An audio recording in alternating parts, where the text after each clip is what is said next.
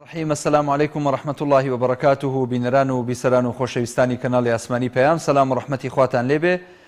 ئەم کاتە و هەموو کاتێکتان باش. مامەڵەی حکوومەت لەگەڵ خۆپیشاندانەکانی ئەم دوایەی هەرێمی کوردستان لەگەڵ خەڵکدا چۆن هەڵەسەنگێنیت؟ پرسیاری ئەمڕۆ و تەوەری ئەڵقەی ئەم جارەی بەرنامەی دوانگەی خەڵکە. خۆشەویستان و بەڕێزان، باز لە خۆپیشاندانی مەدەنیانەکەین کاتێ فەرمانبەر داوای مافی خۆی ئەکا بەهێمنی کە وەک خۆی وەڵام نەدرایەوە پەلاماردرا شتی تری لێ دەکەوێتەوە. هێزە ئەمنیەکان و چالاکیە مەدەنیەکان دەبێ بزانن ئەوانەی خۆپیشاندانی مەدەنی و هێمن دەکەن دوژمنی هەرێمی کوردستان نین، لە وڵاتێکی ترەوە نەهاتوون داوای مافی خۆیانەکەن بۆچی بگیرن و بکوژرێن و لێدان بخۆن. تەنانەت ڕۆژنامە نووسەکانیش، تەنانەت خەڵکی نووسەر، تەنانەت چینی مامۆستا و فەرمانبەر و ئەوانەی کە دێنە سەر جادە و داوای مافی من و تۆ و ئەوانەکەن کە موچەخۆرن لە هەرێمی کوردستان، یاخود ئەو گەنجەی کە بێکار و بێکەسابەتە لە هەرێمی کوردستان. ئەمە شمولی هێزە ئەمنیەکانی ژەکە، شمولی ئاساییشەکە، شمولی پێشمەرگە ئەکا. هەموو ئەوانەی کە چەکیان هەڵگرتووە لەم وڵاتە سەر بە حکوومەتی هەرێمی کوردستان لە چوارچێوەی حکوومەتی هەرێمی کوردستان کار ئەکەن، سەر بە چ لایەنێک بن، بەچی هێزێک بن، دوجار ئەمان لە حکوومەتی هەرێمی کوردستانەوە موچەوەرەگرن. بۆیە خۆپیشاندانی هێمنانە مافی هەموو کەسێکە و پێویستە حکوومەت پارێزگاری لە گیانی هەموو هاوڵاتیان بکە بەبێ جیاوازی. لە وڵاتان کە خۆپیشاندان ئەبێت حکوومەت هەم گیانی هاوڵاتی ئەپارێزێ، هەم بارەگای حزبی و دامودەستگاکانی حکوومەتی خۆی. بەڵام لە کوردستان حکوومەت هەندێک جار زۆر بە توندوتیژی مامەڵە لەگەڵ خۆپیشاندەران ئەکات. بۆیە زۆر جاریش لە کاردانەوەدا خۆپیشاندەران مامەڵەیەکی خراپ ئەکەن، بەڵام دەبێ حکوومەت گوێ بۆ داواکارەکانیان بگرێت و هەروەک هێلک زەردەکان لە فەڕەنسا و ڕەشپێستەکانی ئەمریکا لە ماوەی پێشوودا ڕوویدا. حکوومەتی هەرێمە ئەوێت لە ڕێی توندوتیژیەوە کۆتایی بە ناڕەزایی خەڵک بهێنێت.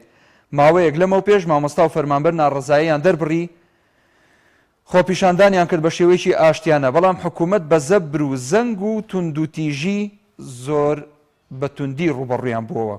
هەر کاتێک لە ناوەڕاست و باشووری عێراق خۆپیشاندان ڕوویدا بێ، یەکسەر حکوومەتی هەرێم بەیاننامە دەرەکات و ئەڵێت داواکاری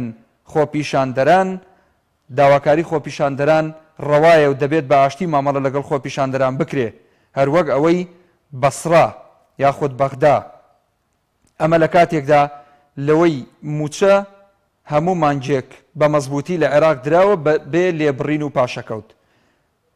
کۆمەڵی ئیسلامی و کەناڵی پەیام هەمیشە لەبەرەی خەڵک بوون و باجی ئەوەشیان داوە لەوەتەی کۆمەڵ لە هیچ کاتێک کە لەوەتەی کەناڵی پەیام هەیە هیچ کاتێک پشتی لە خەڵکی هەرێمی کوردستان نەکردووە. خۆشەویستان و بەڕێزان، دەمەوێت ئاماژە بەوە بکەم ئەمڕۆ ئاگادارکردنەوەیەک بۆ ئەم کەناڵە هاتووە، گوایە ئێوە هەوڵی ئەوە ئەدەن کە خۆپیشاندان بکرێت لە هەرێمی کوردستان و بە شێوازێک لە شێوازەکان لە ئەو نووسراوە فەرمیە هاتووە کە وەکو ئاگادارکردنەوە کە پێمان ئەڵێن پێچەوانەی ڕێنمایەکانی حکوومەت کار ئەکەن. وەزارەتی ڕۆشنبیری بڕیارێک دراوە ئەگەر دەست هەڵ نەگرن لە گواستنەوەی دیمەنی خۆپیشاندانەکان، ئەوە بۆی هەیە کەناڵی ئاسمانی پەیام دابخرێت. بۆیە پرسیارەکە ئەوەیە، بۆچی دەبێت کەناڵی پەیام دابخرێ؟ ئێمە چیمان کردووە؟ کەناڵی پەیام جگە لەوەی کە لەبەرەی خەڵکدا بووە و لەگەڵ خۆپیشاندەران و لە نێو جەماوەر و ئاپۆڕای جەماوەردا بووە، چ خەتایەکی هەیە؟ ئەم پرسیارە بۆ ئێوە جێهێڵم، هەروەها مامەڵەی حکوومەت چۆن ئەبینن لەگەڵ خۆپیشاندانەکانی ئەم دواییە لەگەڵ خەڵکدا کردوێتی. کۆمنتیش هەن، کۆمنتەکانی ژەخێنمەوە، نامێ درێژەی پێ بدەم. کاک مەحموود وەرەگرم لە شاری دهۆکەوە. سلام و رحمة الله سيدة محمود جان. سيدة محمود دستيك بقناة بيام اشتغلني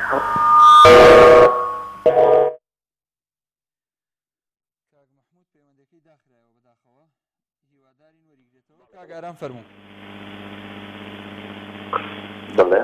فەرموو کاک ئارام.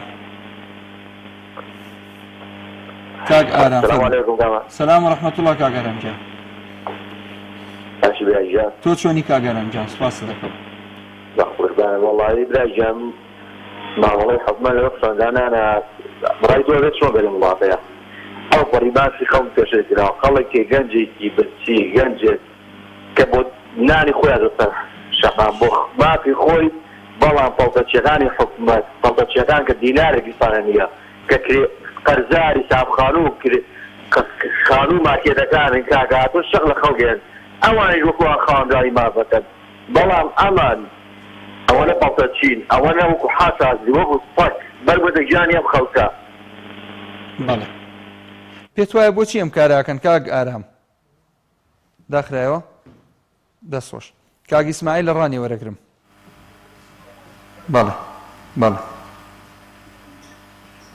کاک ئیسماعیل لە ڕانیە فەرموو. وعلیکم السلام ورحمة الله وبركاته. چۆنی کاک ئیسماعیل جان؟ فەرموو کاک ئیسماعیل. باشی قوربان سپاس. لەبارەی هەڵوێستی حکوومەت بەرامبەر بە خۆپیشاندەران بەڵێ وڵای حەقوانیە پێیان بڵێن حکوومەت بۆ حکوومەت نینە ئەمانە بە حەقەت چەتەنە چەتە باشە چەتەنە زاڵ بووینە بەسەر ئەو کوردستانەی و لەبۆش هەڵوێستیان ئاوا بەرامبەر بە خۆپیشاندەران ئەو هەیە. بەڵێ بۆ پێت وایە چەتەن بۆ کاک ئیسماعیل؟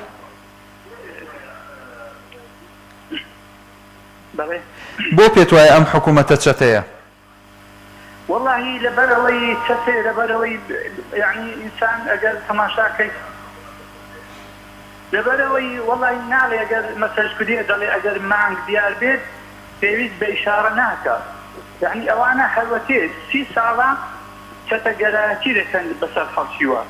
ئەوەش هەمووی لە پێناوچیە یعنی هەتا ئێستا یعنی هەموو دیفاعکردنێکی بۆ ئەوەیان کە ئەو خۆیان زاڵکەن بەسەر خەڵکیدا یعنی بە کوردی یعنی ئەوانە دەیانەوێت یعنی خۆهاتی حەد لە ئادەمەوە بگرە هەتا خاتم هەتا ئێستاش ئەوانەی احترافیان بە ئیسلام نەکردیت ئەوانەی ویستویانە یعنی بەبێ ئیسلام یعنی بەدەرەوە ئیسلام کار بکەن ئەوانە بە حەقەت یعنی هەد ئادەمەوە هەتا خاتم هەتا ئێستاش ویستیان دیکتاتۆری بەسەر خەڵکیدا بکەن خۆیاتی بەسەر خەڵکیدا بکەن. بەڵێ دەست و چاوت خۆش بە کاک ئیسماعیل سپاس بۆ پەیوەندیەکەت باوکی سەیوان وەرەگرم لە شاری کەرکووکەوە. سڵاوی خوا لە جەنابەت باوکی سەیوان. چاوەکەم یارێ قوربانە بم تەوەرەکەمان لەسەر تێڕوە. مامەڵەی حکوومەت چۆنە بینی لەگەڵ خۆپیشاندەران؟ وەڵی قوربانت بم ئەم مامەڵەی ئەمانای بینم لە مامەڵەی زمانی فرعون پیسترە. بەڵێ ئەمانە لەبەرەوەی دەسەڵاتدارەکەیان دەسەڵاتدارێکی شیرین بۆیە ناو خەڵکە خەڵک بۆ خۆپیشاندانیەکەن خەڵکم ڕۆبۆتی هاتێتە سەر شەقام داوای چیەکە داوای ئەواکە بژێ هەوایەکە بێ هەڵی مژێ تۆ نامی هەواکە هەڵمژێ ناژێری بژێ ئەیتی کاپڕی کوێ بەسەری خۆی داکا شەر نەبووە دەسەڵاتێتەکە لە میلەتەکەی خۆیکە میلەتەکە پێتەڵێ کاتە تۆم نایە نا ئێرحال ئێرحال بە کوردەکە پێتەڵێ ئێرحال بە عەرەبی پێتەڵێ سۆب ناوەتی پێتەڵێ بەسە ناوەتی کاکەکە وەڵڵای هەم حکومڕانی حکومدارێتی ئەوان ناکرێت هەچی لە ڕۆژنامە نووسەگرێ لە ڕۆژنامە نووسەدا لە پیاوێکی فەقیرەدا لەو سەرزادەیە ڕۆژە تایوارە خواخواتی 5,000 دەست پێ دەستی ناکەوێت ئەخە کاتە حکومڕانی ئەوان ناڕە بەڕێوە وەڵڵای نیشانەی زاڵم دەرکەوت و زاڵمەکان بەردەوامیش نابێت بە پشتیوانی خوای گەورە ڕسوا ئەبن بەڵام نازانین ئەمڕۆیان بەیانی ئەوە یەتەوەرەکە دەستەکانە خۆش بێ بە قوربانە. سپاس چاوەکەم مەمنون بۆ تەلەفۆنەکەت باوکی سەیوان هەر ساک بی ئینشاءڵڵا. خۆشەویستان دەمەوێت دووبارە ئاماژە بۆ بکەمەوە کە لایەنی فەرمی لە حکوومەتی هەرێمی کوردستان ئاگادارکردنەوەیکی ناردووە بۆ کەناڵی ئاسمانی پەیام بەوەی کە ئەم کەناڵەت دابخات ئەگەر بێت و درێژە بۆ بدا کە لە بەرەی خەڵکدا بێت و گواستنەوەی دیمەنەکانی خۆپیشاندەران بۆ خەڵک بگوازێتەوە و بۆی هەیە ئەم کەناڵە لە ماوەی داهاتوودا دابخرێ ئەگەر کەناڵی پەیام واز نەهێنێ. ئەمە ئاماژەیەکە بۆ ئەوەی کە ئازادی قەتیس کراوە و بچوو کراوەتەوە و ئەو ئازادی و دیموکراسیەی کە بانگەشەی بۆ کراوە تا ئێستا لە هەرێمی کوردستان تا ئێرە بڕی کردووە زاهیرەن لەمەوەی تر حوسەڵێ نەماوە و حکوومەت پێی وایە ئەبێ کەناڵی پەیام دەست لەم کارە هەڵبگرێ.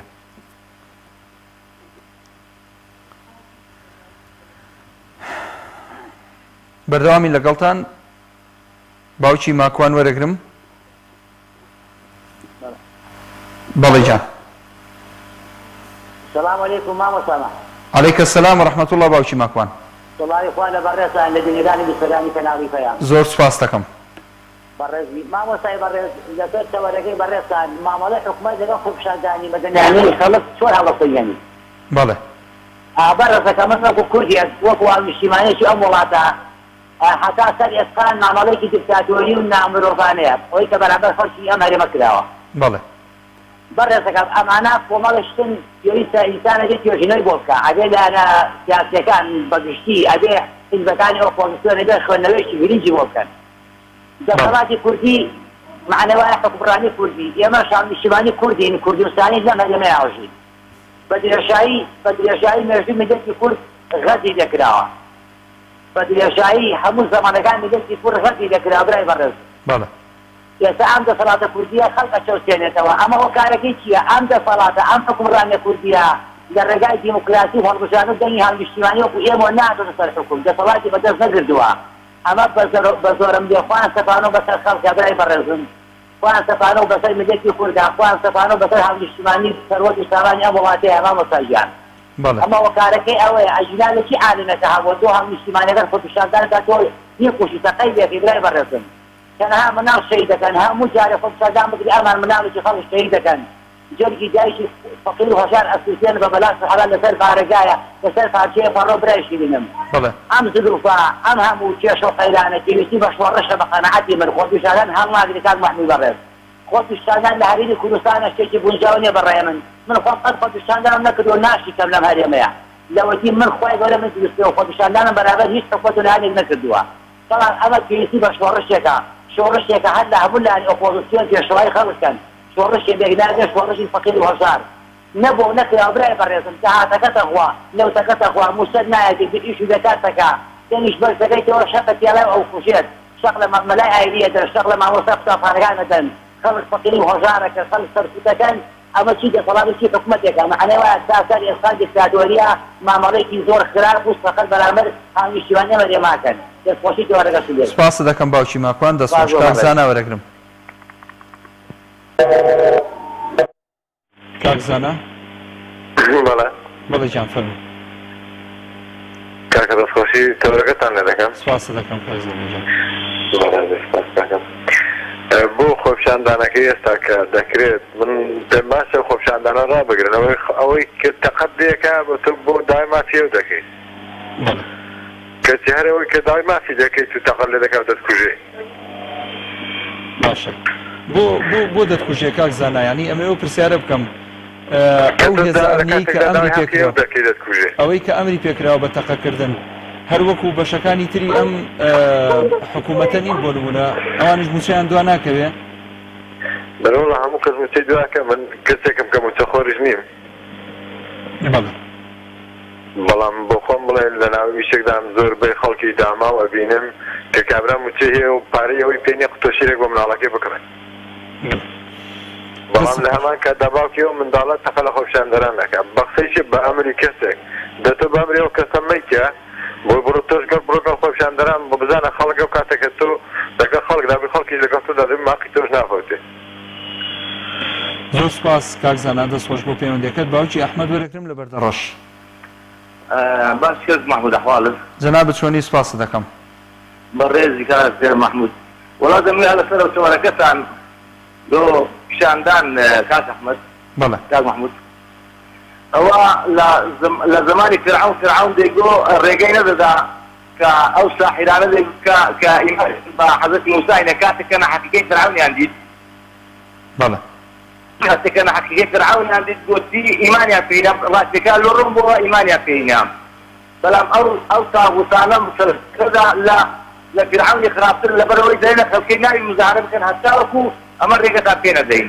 بەڵێ کەواتە ناوی مزاحرە داوا خۆپیشاندان بکەن هەتا ئەمە ڕێگەتان پێ نەدەین کە ڕێگەشیان پێ نادەن ئەو یەکەم پیشاندان کە لە کرێمانی کرا لە مەحەسینی مامەستان کردیان خۆ بە نتیجەی تێدا نەبوو ئەدی بۆ مەنعیان کرد بۆ خۆپیشاندانەکەیان تەقیان پێ کرد و بڵاویان پێیان کرد معناه راس ناكل كذا داوي مولد ورقن مولد السبع مولد بدن لقرزاي لمحافظي دوك ولا مشاركه لهول الجبزان وكشاندان هي يعني فكمولد نادن راس ناكن دلين داوي مولد بكنو مولد دين برقه في داميتن بس وش وعامل جالس ملو اواني كوا نحقي وكو صاحبان فرعون شان يعني غير النية كأو نحقي ببينه راسيكي اعتراف قبل كاك الزوري انا لسه او نحقي لانه بالامهر يعني بيتنقل نفكر لكن يعني بجوابنا يعني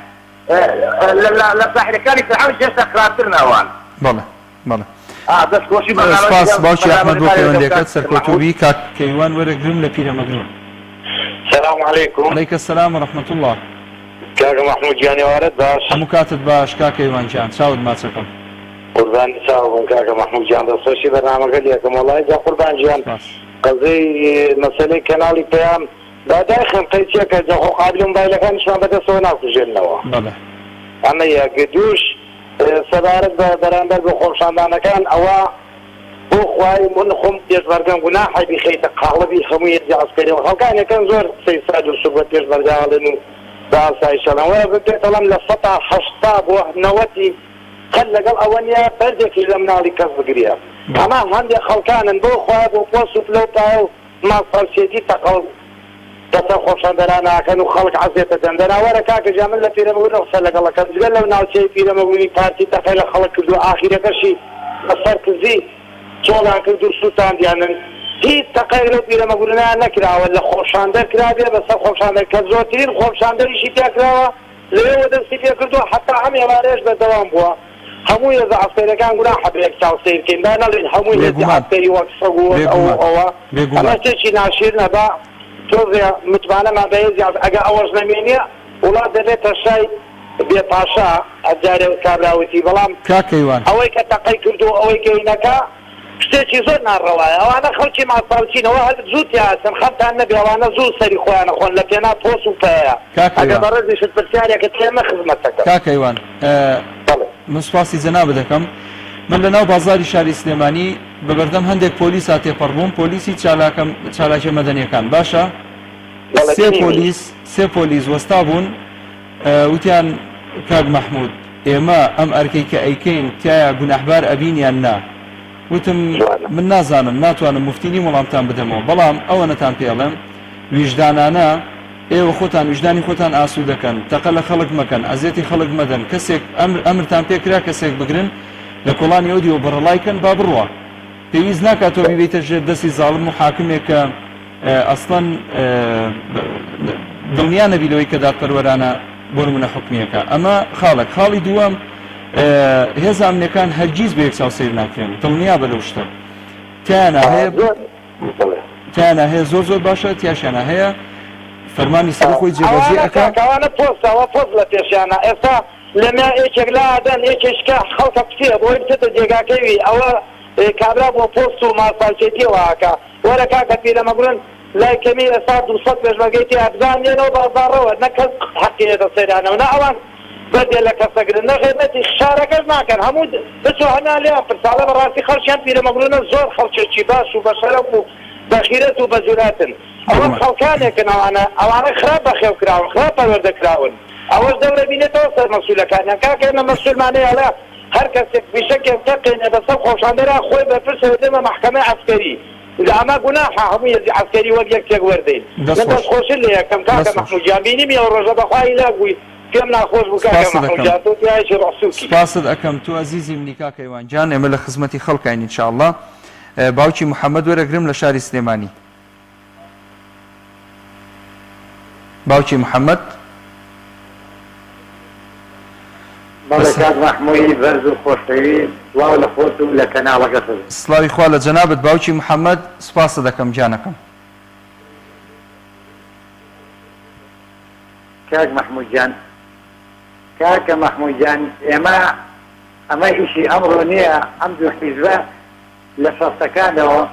لە شەستەکانەوە ئەم میلەتە بەکوردێن و سەڵی پۆست و پلە و کایە و هینەکەن لێکرد بەڵام ئەوە ئێمەین خەتای ئێمەیە کە دوا ئەمانە ئەکەوین و کۆمان بەکوردێن بۆیان لە پێناوی سەرکەوتن و سڵتە و دەسەڵاتی ئەوانە بەڵێ ئێمە خۆمان ئەمانەمان بەخێو کرد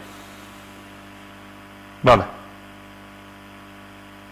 ئێمە خۆمان ئەمانەمان بەخێو کرد کاتێ بوو حکومەتی بەعز بەڕعیانێ خۆراکەی خۆمان ئەکرد بەدەنی ئەمانەیە هەڵەومانکردن و کردمان بە جرج و کردمانە ملی خۆمان ئەمڕۆ پاداشەکەمان ئاوا ئەێنەوە کە ناتوانانی داوای حەق و مافی خۆت بکەیت باش دەست و چاوت خۆش بێ باوکی محەممەد سوپاس دەکەم ئینشاءالله خوای گەورە ئاوڕی خێر لەو خەڵکا داتەوە باوکی ئەمیر وەرە و ئەم دوو بنەماڵەیە لەسەر حکم بن حتا ئەم دوو بنەماڵەیە لەسەر حکم بن نابینی ژیانی میلەتی کورد لەوە باشتر بێت ئیلا بەرەو نەمان و بەرەو پڕبەسەری ئەڵات بەڵێ ئەبێ دوعا بکەین خوایە زوو ئەمانەمان لە گۆڵ بکەیتەوە بەڵکو نەجاتمان دێ لە مەینەتی خوا جارکا بە قوربانی ئەو خۆڵەی کە بەسەر گۆڕەکەی سەداقەکەی خوا لێ خۆش بۆیە دەستە خۆش بێ سوپاس دەکەم باوکی محەممەد سوپاس بۆ پەیوەندەکەت باوکی ئەمیر وەرەگرم لە قەڵاتزێ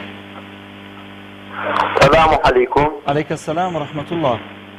كاك محمود جان شوني باشي؟ باشي جاني من سپاس دەکەم باوشی ئەمیر. سپاس دەکەم برای گەورەی بەڕێز یەفرمەت قوربانتم پێت دەڵێم ئێستاش لێرەوە دێڵم هەموو پارتی و یەکێتی و دار و بەندەکەم بە قوربانی یەک وشێ قورئان.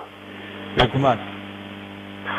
کاک محمود من لێرەوە من دێڵم ئەوە قسەی دڵی منە خوا گەدارە لە پێناو خوایدا و قسەی دەکەم. من ئامادەم لە پێناو کەناڵی ئیسلام دانیا گیانی خۆم بەخت بکەم.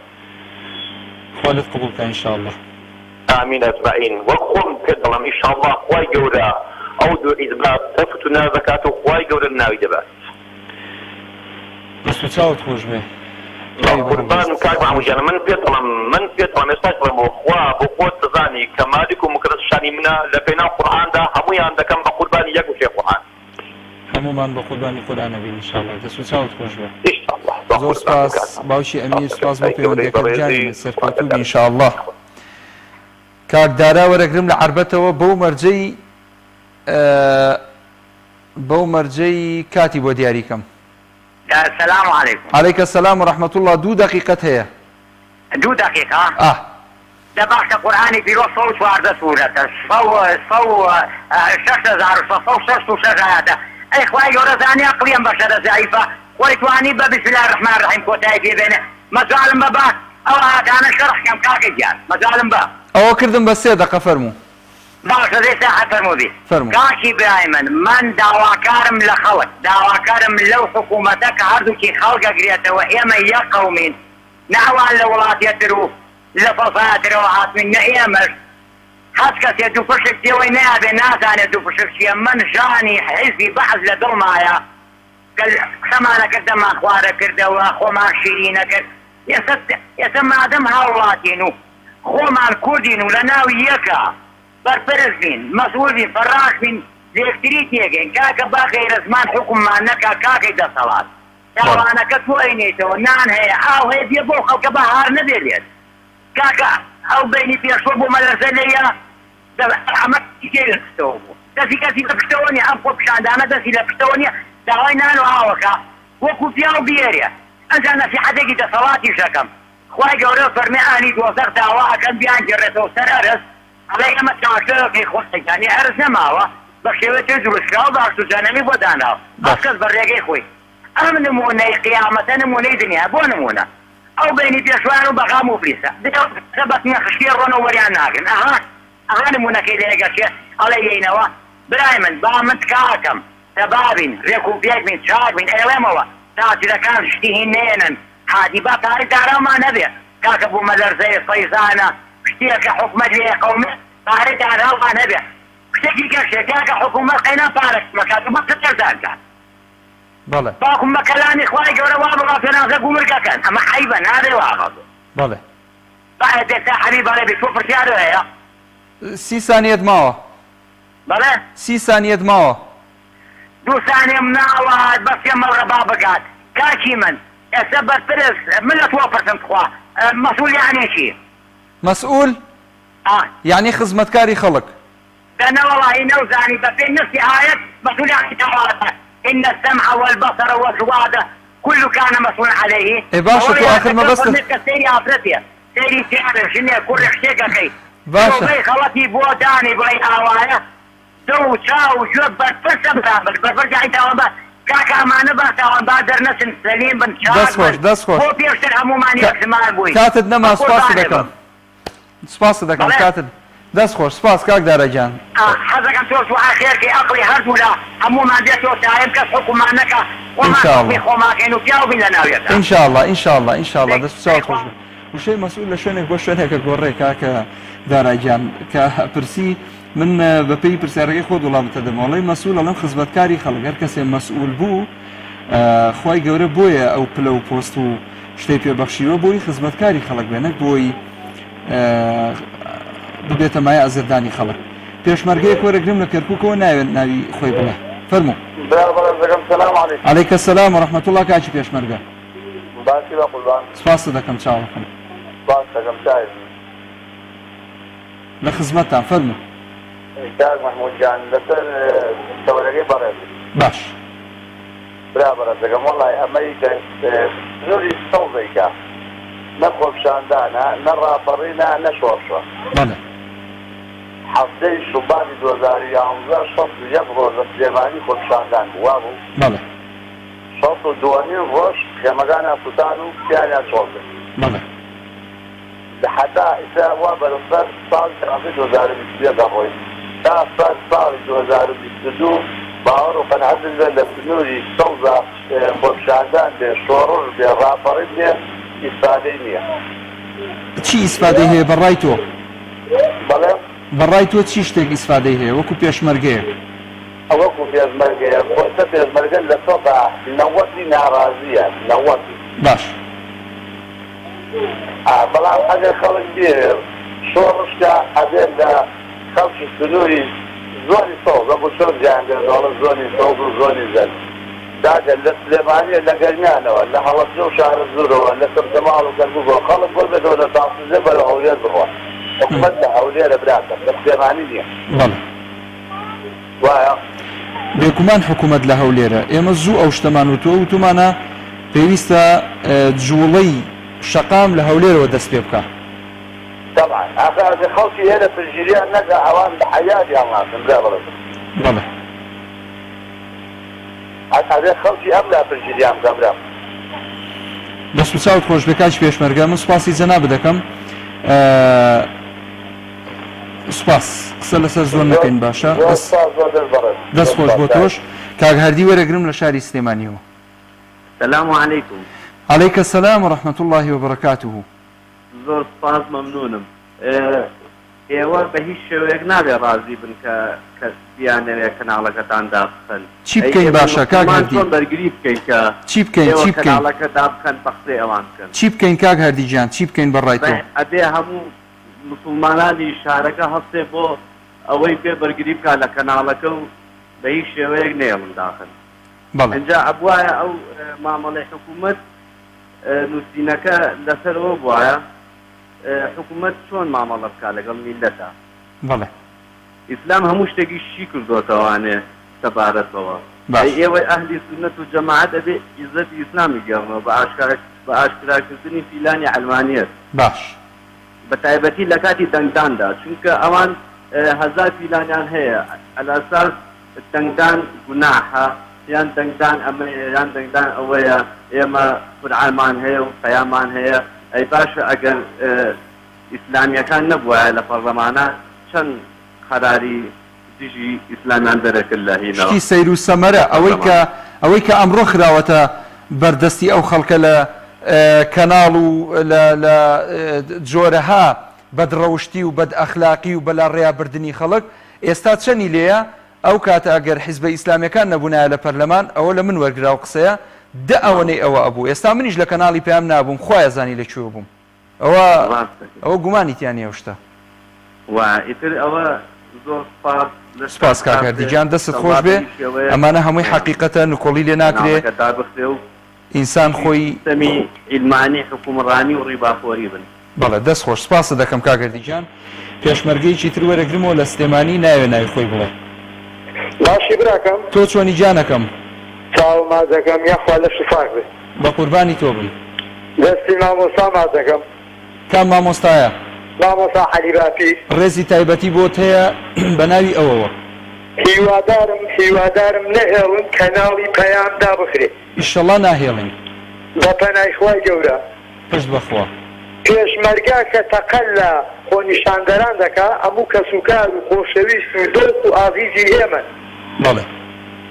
ئەوانە خۆشەویست و ئازیزی ئێمە بوون لە شەڕی داعەش، نان و ئاو و چاو بەرگ و هەموو شتێک لە خزمەتیاندا بووین لەگەڵ ئەوان شتمان بۆ کۆ دەکردنەوە و پشتیوانیمان لێ دەکردن. جوانە. بەڵام حیزبەکانی دەسەڵات حکوم نییە، حکومەت نییە، دەسەڵاتە، هێزە، قووەتە. ئێستا خۆنیشاندەران پێشمەرگەکان دەکەن بە گژێکدا. پێشمەرگە بە هیچ شێوازێک ئامادە نییە ڕووی تفەنگەکانی کاتە خۆنیشاندەران، چونکە دەزانن کە پێشمەرگە و پۆلیس و وەزارەتی ناوخۆ ئەمانە هەمووی وەکو هاوڵاتی برسی کراوە، بێهێز کراوە.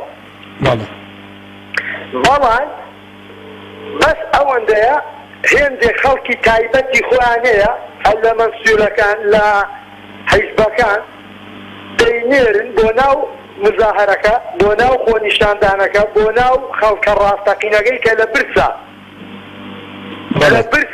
کابرا دەڕاتێ وارە بۆ ماڵەوە 10,000 پارەی پەیدا نەکردو، 5,000 پێ نییە. نازانێ یعنی هەست بە مردنی خۆی دەکای وارە بە بەتاڵی دەڕاتەوە بۆ لای منداڵەکانی. باشە. دوێنێ شەو لە کەناڵێک مقابلەی 3 برادەر بوو لە حیزبەکانی دەسەڵات. باش. ئەم برادەرە دەیگوت ئەمەی لە سلێمانی دەکەی وەکو وایە ئێمە لە مەریخ بی، وا بە موهیب بە سەیری بە تەوسەوە ناوی سلێمانی دێنا. دەیگوت نە شۆڕشە، نە مزاهرەیە، نە داواکاریە. داواکاری دەیگوت منداڵی 15 ساڵی موچەخۆر نییە. زۆر بە ئوسلوبێکی ناشرین ئەم قسانەوە ئەم تەفسیرەی دەکرد. باوەڕم پێ بکە احترام ڕێزم هەیە بەو کەسانەی کە سەریان بۆیاغ دەکەم بەڵام ناخیان جوانە. دیقەتی قۆندەرەکانی پێیدا وەکو سەری دەیبریتکان قۆندەرەکانی. بەڵێ. قۆندەرەکانی سەری و قۆندەرەکانی پێی و مووەکانی سەری وەکو یەک دەیان بریسکان. باش. خەڵک ئەمەندە لە ئەمانە پڕە بۆ خۆیان بە قات و ڕیباتێکی 50 وەرەقەی و دەفتەری دەردەکەون لە کۆبوونەوەکاندا بە عەقڵی فەقیر و هەژار کە ئێمە خستمان لە پلە و پۆست و ئەمانەماندانا. ئێستا لە کۆبوونەوەکان بە چی پێ دەکەنن؟ خەڵک شوێنەکەی ڕژا شەهید دەکرێ، منداڵ، ژن، پیاو ئەمان دادەنیشن هەر پێ دەکەن، خەریکی چی نەمانە. دەستان خۆش بێت. داواکارم لە خوای گەورە خۆتان، کارمەندەکانتان، کەناڵەکەتان پارێزراو بێ، هەر نەفەس هەر ئێوەمان ماوە نەفەس دەی لە ئێوە نەفەسێک بێ. خوای گەورە بۆ یەکترمان بهێڵە ئینشاءڵڵا. دەست و چاوت خۆش بێ. سپاس بۆ خوای گەورە پارێزگاری تەواو 100% لێ بکەوە، پەناو پشتیوانتان بێ و دوعای بەخێرتان بۆ ئینشاءڵڵا. سپاس دەکەم بۆ پەیوەندێکەکەت. دەست و چاوت خۆش بێ گیانەکەم. کاک سیروان وەرەگرم لە شاری سلێمانی. السلام عليكم مامۆستا. وعليك السلام ورحمة الله. کاک سیروان گیان فەرموو. ڕێز و حورمەتم بۆ کەناڵەکەتان، بەڕاستی کەناڵێکی جوان و پڕ بە بەرەکەتە. بەڵام مامۆستا مەحموود جان من داواکاریەکم هەیە. بەڵێ. ئایا پێتان ڕەوایە خەڵکی هێرێمی کوردستان یعنی حکوومەت مامەڵەکە لەگەڵ خۆپیشاندانەکە ئەو خۆپیشاندانانی کە دام و دەرگای حکومی حزبی جەمی بە کەناڵە بە مقرراتی حزبی دەنابیشتانەوە، یعنی بەڕاستی حکوومەت لەم کاتا لەم دۆخا چی بکە؟ دەستێکی دەرەکی ئەگەر لەناو خۆپیشاندانە هەبێ حکوومەت ڕەتفعلیە بێت چۆن بێ؟ من ئەو پرسیارە ڕوبەڕووی جەناب و تەواوی بینەران و بیسەرانی تەلەڤیزیۆنی پەیامەکەم. یعنی مامۆستا گیان هەندێک کەناڵی ڕاگەیاندنیش هەیە بەڕاستی لە کەناڵی تەجەسوس و هەواڵگری سەر بە دەوڵەتی ئیشەکە بە برای بەڕێزم. یعنی من نەمدیوە لە دنیا یعنی بە کەناڵەکەی جەنابی شتانەوە هیچ ڕێز و حورمەتێک بۆ جەنابی کاک مەسعود بەرزانی و بۆ باشە کاک سیروان با من پرسیاری لە جەنابت بکەم. ئەم بەرپرسانی کە ئیسە ئێمە تایە ئاژین و جەنابت لە نەرایەتیەکەی لەم تەلەڤیزیۆنەوە. باشە کاک سیروان لەگەڵ حورمەتم بۆ جەنابتان و بۆ تەواوی کەناڵەکەتان مامۆستا گیان یعنی ئەمە ڕەوایە یعنی من بەڕاستی باشە من پرسیاری لە جەنابت دەکەم. ئەو کەناڵانەی کە سەر بە دەسەڵاتن ویژدانن وەڵامم بەرەوە باشە ئەو کەناڵانەی کە سەر بە دەسەڵاتن کە ئێستا باشترین پارە لە ژێر دەستیانایە لەگەڵ مابە باشترین پارە باشترین کەرەستە باشترین سەیارە باشترین قەمەرسەناعی لە هەموو شوێنێکی قەمەرسەنایەکانی سەتەلایتەکانی دنیاە هەن ئەم پارەیە لەکوێوە هاتووە وەڵامم بدەرەوە وەڵام بەبێ شەرح بەسەر چاو حکوومەتی هەرێمی کوردستان طبعا هەڵەیەکی گەورەی هەیە ئەم حکوومەتش پەیوەند نییە بە جەنابی ڕێزان مەسوول بەرزانی کاک سیروان هەلا عومەر مفتاح ئێمە باسی شەخص ناکەین هەلا کێوکێ ئەوانە بەرەوەکیانە بێ بگرین نەک مەسوول بەرزانیە کە نۆمانە حکوومەتە و دەسەڵاتی تەواوی لە ژێر دەستانیە هەر لە خانەقینە تا زاخۆ یاری لەگەڵ ڕێزم بۆ دەناتەن ئەو بەرپرسانە کە لە حکوومەتی هەرێمی کوردستان و لە تەواوی حیزبەکانان ئەوانە هەمووی کوڕی ئەم میلەتەن ئێمە بەڕاگەیانەکان وا بکەن کە تاثیر لە خۆپیشاندان نەکات دەست بە بارەگای حیزبی حکوومیەکان ئەوە بارەگای جەنابەت کە کۆمەڵی ئیسلامیە بارەگای منە کە من ئەندامێکی پارتی دیموکراتی کوردستانم ئەبێ ڕێزی لێ بگرم ئەبێ ڕێز لە سەروەری جەنابتان و ئەمینی کۆمەڵی ئیسلامی بگرم بەنام مەبەستم جەنابی کاک مەسعود بەرزانی نییە کاک عەلی بادیریز هەمان ڕێبازی کوردایەتی گرتۆتە بەر بەڵام دەسەڵات دەڵێکی حکوومەتی هەرێمی کوردستان من لەگەڵەوەم کە پیاداچوونەوەیەکی سەریا بەخۆیان بکاتەوە منێکی 30 ساڵ پێشمەرگە معقولە یعنی هەتا ئیسەکرێکی بم منیش بەڕای نازانم ئەم حکوومەتە هەڵەی گەورەیەکیایەوە بێ خۆی چاکە لەگەڵ ڕێز و حورمەتم بۆ جەنابتان و سەرکەوتوو بێ کەناڵەکەتان سەرکەوتوو سپاس بۆ پەیوەندیەکەت دەستخۆش کاک عەلی وەرەگرم لە شاری کەرکووک بەڵێ سوالجانەکە باشی تۆ چۆنی کاک عەلی جان سواسەکە مەمنون جانەکە من وەڵام ڕێیەکی ترم هەیە جیاوازە لەگەڵ ئەوانی و برادرانە بەڵێ من پێم وایە یعنی خەڵکیش ئەگەر لەقەت دەسەڵات تاوانبار نەبێ گوناهبار نەبێ ڕەنگە هەندە لە دەسەڵات کەمتر دەسەڵات خراپەکە دەسەڵات لەوەیە بڵێن وەکو باوکێک وایە مناڵەکەی داوای شتی لێکات جارێک داوای مەسەڵ بۆ نمونە قاتێکی دەکات کۆمپیوتەرێکی لەبەرسەری چەند جارێک داواکە ئەم باوکە بەدەنگێنەوە لە کاتێکە باوکەکە دەستخۆشە بەڵای لە ئاخرە مناڵەکە ڕەکەی لێ عاجزە لێگەڕێتەوە تاوە بە باوکی خۆی لێگەڕێتەوە یەکتر جارێ بە هێمنی دوو جا بە هێمنی سێ جا بە دایکی فایدەی نییە کە فایدەی نەبوو مناڵەکە لێگەڕێتەوە ئەمە خەڵکەکەش بەڕاستی یعنی هەر ڕەسوسکی جاکەنەوە کاکە یعنی سەمر ئێمە ئەندام پەرلەمانە بین لە ناوی سیاسی لە ناو گۆڕان لە ناو پارتی خەڵکی خێنە بەڕاستی خەڵکی مستەقەفن خەڵکێک لە ئیسلامەکان سوران عمر بەبرێبوون علی حەمەد صالح ئەمانە خەڵکێکون لە پێناو خەڵکە پەنجاب لە چاو دەسەڵاتە یعنی معقولیت وجه ڕەسوسکی لێ جا ناکەیتەوە هەموویان دێتە ملیەکتەوە ئەمە کەسێتەوە یان دێداری تەربیەت بکرێت ئەخە تەربیەت چی گوناحێکەیە بەس سەدان مامۆستایەک مەلەفەکەیە بکرێت ئەکە دادەست پێوەندێکە بۆ تەرداری تاپۆ لە پێناو چیا شارەوانی لە پێنامە چه ئیفادە لێکە سەنا مەسوولەکەت یان لەبەرەوە من پێم وایە هەدوو لە خەڵکەکە تاواندار یا خەڵکەکەش حکومەتەکەش تاواندار ئەمێ خاڵێکی ترەوەیە يعني حقيقة كيدي زاني يعني حاجة بكر لما مراتي لم تسجل يا أخي كذا قلنا كم دعوة حقيقة كانت موردة سلفة كم دعوة مثبون ولا كندنا كارد سلفة كم دعوة درمانة كارد كارد ما ناكل شو لقى شيء دوس من تصحيح فلا لقى شيء دوس منيه يكفي اتجاهي بالتوان دارك يعني باب التوان لك فالجماعة لما سلف من التلفزيون فسولة ودي كاتب فسكت على ذلك لمو ولا بناحة يعني قلت ككنين هذا كان الصوت اللي انا اشتفى كثير كار علي والله كاتب فكان هذا ونحن هذا كار علي بله تو خلشي كركوچي ونيا بله استا كركوك لجير دەسەڵاتی هەرێمی کوردستانە نەما وایە لا والله لە ئەنجامی چی ئەمە ڕوویدا والله إلى زمان إلى جاني غلط شيء خويا إلى جاني ناسباي إلى جاني حزبايتي چی تریش ها لە ئەنجامی چی تریش والله إلى جاني كذا لا عدالة شيء أنا هم أمثال بۆ نمونە ریفراندۆم وایە والله ما أخذ تأخذ شيء مثلا ريفراندوم يبدأ كاك علي تۆ مەجالم بە دەنگ بەڵێدا بەڵام ڕیفراندۆمەکەمان بێ ئەقلانەکە ئیجازەم بە ئیجازە گوێ لێمەوە نییە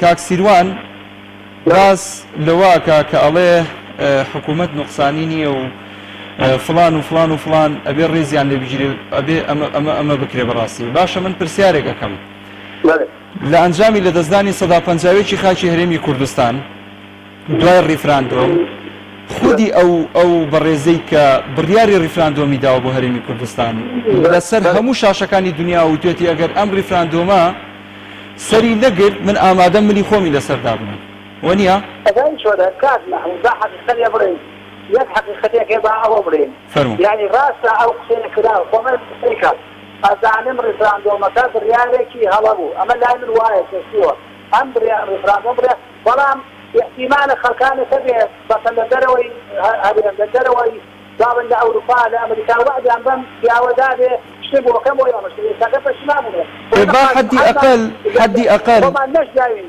کار مەحوڵوقتە دەبە ئێمە لە کاتی قاسم هەمان نەشداوین بەڵام هەموو سیاسەتی بەدا خۆمانی ماباتەوە بوو ئەگەر من کەسێک وعدێکم پێ بدا و دوایی بۆ نمونە وعدەکە نەباتە سەر ئیتر نە مەرحەبایی یەکەم نە لەو شوێنە ژەمێنم سەری خۆمەڵەگرمەوە ڕۆم دەست خۆش بێ سوپاس کاک عەلیجان مەمنون بۆ پەیوەندیەکەت باوکی هەر دووەرەگرم لە سلێمانی باوکی هەر بەڵێ فەرموو جان هەموو کاتت باش قوربانم باش براکەم سپاس دەکەم تۆ چۆنی؟ وەڵڵاهی من کارمەندێکی حکوومەتی عێراق کارمەندی حکوومەتی هەرێمی کارمەندی حکوومەتی هەرێم نیم کە حکوومەتی عێراقی بەنسبەت ئێمەوەی کوردەوە کە دوژمنی سەرەکی ئێمەن کە عەرەبە بەڵێ یەک دینارمان نەفەوتەوە تاکو ئێستا هەموو 26 و 27 مانگێ عاسمانە باش ئێمە بە دوژمنی سەرەکی ئێمە وایە وانە؟ بەڵێ بەداخەوە پەیوەندەکەی داخرایەوە بەردەوامی لەگەڵتان خۆشەویستان یەک پەیوەندی تر دەقەی 41 دوو پەیوەندی تر وەرەگرم و کۆمنتەکان نەخوێنمەوە دایکی دیەن وەرەگرم لە شاری سلێمانیەوە دایکی دیەن هەموو کاتت باش زۆر سپاس فەرموو بەڵێ بەڵێ فەرموو جۆمان لێتە باشی کاک مەحموود جان تۆ چۆنی دایکی دیەن باشی؟ زۆر سپاس دەکەم بێ زەحمەت ئەوە کاک سیروان خۆشی تێنە ئەگەر باسی چی ئەکرد باسی یەکێتیە کرد پارتی بوو یەکێتی بوو بەحسی بوو ئەو ئەڵە من ئەندامێکی پارتی ئەو ئەندامی پارتی دیموکراتی کوردستان نەکردوتەوانێ بۆچی پەیوەندی ئەکات نانا خۆی یەکلای کردوێتەوە ئەڵە من ئەندامی پارتی کەرکووکیان فرۆش نازانێ خەڵکی هەرێمی کوردستان بە کوشتیان برای ئێمە مێردی ئێمە باوکی ئێمە بە کوشتیان ئەیوانیە کاک مەحموودیان ئەو ئەڵە من ئەندامی پارتی تازە ژیانیان خۆشە بێ تازە دڵیان بە ژیان خۆشە کەچی تیشەگیان لێ ئەیان لای خۆشحەقی خۆیانیان بەنێ خوشکە باشەکەم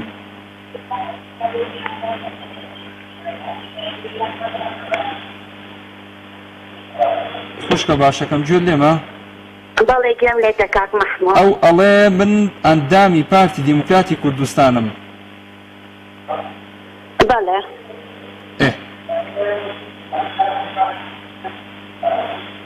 سپاس دەکەم بۆ پەیوەندێکە دایکی دیەن سپاس کاتم کەم بەدەستەوە ماوە پەیوەندیی تر لەسەر هێڵە دەست و چاوت خۆش بێ پێشمەرگەیەکی تر وەرەگرمەوە لە شاری سلێمانی کۆتا پەیوەندیە ناوی خۆی ناڵێ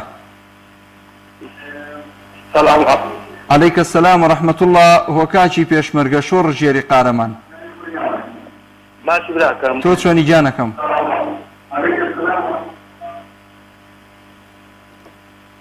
کاتە ئەوان دەباسی ئەوەی کە ئەو خەڵکانێکە خەڵکیان کوردیان گرن کەوتونەتە ئەو خەڵکانە و خۆپیشاندەرانە ئەگرن لە ناحێ قەزاکان شتی وا هەیە؟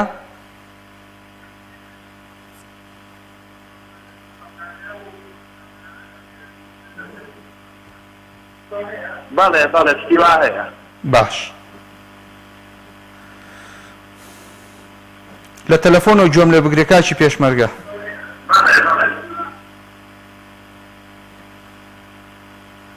کاکە جۆ لێمە چاک تۆ لە تەلەفۆنەوە گوێم لێ بگرێت تۆش باش گوێ لە منە بێ.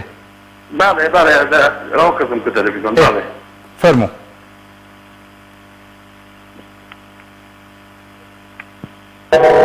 دەستخۆش. کاچی پێشمەرگە پەیوەندەکە داخرایەوە سوپاسە دەکەم. خۆشەویستان و بەڕێزان پرسیاری ئەومان کردووەڵین مامەڵەی حکوومەت لەگەڵ خۆپیشاندانی مەدەنیانەی خەڵک چۆن هەڵدەسەنگێنیت. ئامان سدیق نووسیوێتی ئەوەی لە کوردستانە گوزەرێ ڕێک جێبەجێکردنی یاسای دارستانە. شان و عەبدوڵڵا ژەڵێ هاوڵاتی ناحەقی نییە خۆپیشاندان بکە ئەوەی موچەخۆرە مەعاشی نییە و بەشێکی زۆری گەنجەکان دەرچووی دانەمەزرا و بێکارن. ئومێد محەممەد دەڵێ جا حکوومەت مامەڵە دەزانێت لەگەڵ هاوڵاتیانە تەنها توانی مامەڵەی دوژمنکارانە توانای مامەڵەی دوژمنکارانە ئەتوانێت بکات لەگەڵ هاوڵاتیاندا. سامان محەممەد دەڵێ براکەم ئەم حکوومەتە هیچی پێ ناکرێت غەیری دزی و چەوسانەوەی خەڵک. فەرهاد سەید کەریمی ژەڵێ شەرمە بمانە بوترێ حکوومەت چونکە ئەمانە چەتەن. پاییز محەممەدی ژەڵێ هیچ مامەڵەیەکی مرۆڤانە لەگەڵ خۆپیشانداندا ناکرێت بە جۆرێک توندوتیژن وەک بڵێ کەسیان خەڵکی شارێک و خاچێک نین. شەیما محەممەد دەڵێ دەرکەوت ئەوەی کە حکم دەکات دوو بنەماڵە نین جیرفان تێرەکانیش نین بەڵکو چەکداری جیرفان بەتاڵە ئەوە بەو خەڵکە دەکا. شێخ ڕەوف دەڵێ قسەی چی بکەین قسە بۆ کەسێک گوێت بۆ بگرێ ئەمانە کەڕ و کوێرن.